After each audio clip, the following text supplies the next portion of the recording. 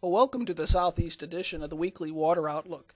Let's take a look at the areas of rain over the Southeast U.S. over the last week. Matter of fact, this is the national view of rainfall. And what you can see is most of the U.S. received either very light amount of rain, that's the blue, or even no rain. And areas that received no rain included parts of the northwest U.S. as well as a broad part of the southeast U.S. from Louisiana all across eastward over into Georgia. Only part of the region that received significant rain was northern Alabama, a small part of northern Mississippi, as well as parts of the Carolinas and central and south parts of Florida. And if we look at the percent of normal rainfall, what we see here is very large parts of that dark red, and that's only 5%, 0 to 5% of normal. Now, obviously, if it didn't rain at all, that's going to be 0. Even the areas that it rained only came up to normal amounts of rainfall for most regions. A couple little pockets of blue, which is above normal over the eastern Carolinas, parts of South Florida. But I really think the story last week over the southeast U.S. was below normal rainfall. Not only below normal, well below normal rainfall. If we look at the number of rain days in the last 7 days that any rain fell, we see that dark shade of gray, and that's saying 0. Like I just mentioned, large parts of the region, 0 rain days over the last week. Now, the drought has gradually been moderating a bit, I guess you could say. It's been eroding to the west, it's been eroding to the south. It's only gone down 1% or 2% as far as that exceptional drought. So it's not going down fast at all, but there is going to be a little bit of rain over that core of drought, and it is beginning to slowly begin to sort of the intensity come down, tamper down just a bit, but really very slowly.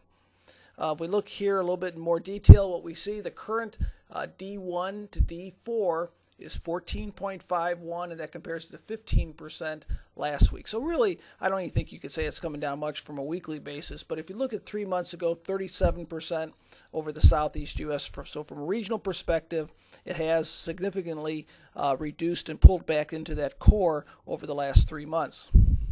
Now, it's been sort of interesting, as always, with tropics. Remember, if the early part of the season going into the Gulf, well, ever since then, we've had that very strong blocking flow that has steered systems off to the north and towards the northeast, and that's really surprising to me that it's been so persistent. Now, I really look at those patterns during the peak of hurricane season, but I usually expect them to shift a bit a couple times throughout the season. It has been persistent all season. This is Tropical Storm Rafael, and what it's doing is once again lifting it north, and then it gets into that strong upper flow and very quickly accelerating it away. Pretty much it's over for this season. We're going to end up either normal to just slightly above normal for the entire season as far as overall tropical cyclone energy. If you've read my blog, I put an update on that last week. So I think we're pretty much over with that, but we still can't totally rule out something developing very close in towards the shore, the Caribbean, or perhaps the Gulf of Mexico. As far as stream flow goes, the trends that we've seen now for quite some time, this is a 14-day average stream flow.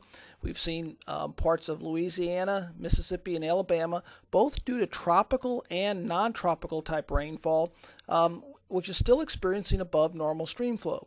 As we go off to the east, then we get into below normal stream flow, particularly over parts of the Flint River Basin, the Savannah River Basin, parts of South Carolina. And then as we get into the Carolinas, where rainfall picked up again, we have near normal stream flow.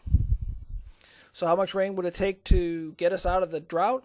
Well, 9 to 12 inches of rain. So I think with that, you can see as we get through October into November, not likely we're going to get that amount of rain. We're probably going to need to pick it up and work our way out of this little by little. But other areas, you can see Alabama, Mississippi, we're at 0 there. Parts of Carolinas, a couple inches here or there could really make a pretty big dent in the drought. Okay, so let's talk about the big picture. Depending on where you are in the southeast U.S., some areas say, hey, we have enough rain, we're okay. Other areas really could use some rain. The jet stream this week, compared to the last couple weeks when it's been pretty stable, hasn't really changed a lot. We are going to see some significant changes. The amplitude of the jet streams will be fairly strong, and what we're going to see are some changes in temperature. But for the southeast U.S., well, let me first say the yellow area here is this cutoff low that's going to be in effect early in the middle part of the week. Then as we get over to the blue, that's going to be the latter part of the week. So pretty big change as we get through the week. But for the southeast U.S., really all that action is to our north, and because of that, it looks like another quiet week. We're going to have one front that goes through, and what we've seen with these fronts before, later in the week, it brings us a chance of rain, but it's been scattered and it's been fairly light, and that looks like that'll again be the case. Now the major trends across the nation right now, you can see they're pretty much drought related. The only areas of heavier rainfall this week will be in those areas of blue, the Pacific Northwest and the Great Lakes. Everywhere else is going to be light amount of rain. Matter of fact, to our west over the California into Texas, east into Texas, no rain at all is expected this week. And the other area that's going to be very light or maybe no rain will again be the southeast U.S. So the story this upcoming week from a national perspective is going to be lack of rain more than too much rain. Now, this time of year with temperatures decreasing, the evaporation and the evapotranspiration once the leaves are off the trees is going to really be reduced. Now temperatures are going to be a bit above normal this week, so I think that's going to offset that to some degree, but it's still going to be much more modest as far as changes in soil moisture compared to a couple months ago.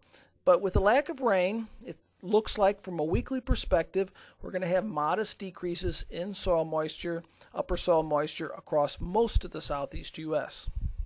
If I put up a model viewpoint of the next 7 days for rainfall, you can see that there is some rainfall over the southeast U.S., and as that front goes through, there could be some pockets that could get up to an inch of rain later this week, and that's that area in blue. It's too far out to really say exactly where that's going to be right now. But I think this is reasonable because this is where it's been with the last fronts that have gone through, more up into Alabama, Mississippi, northern Georgia. Actually, that trend has been around for a long time, then out further to the southeast.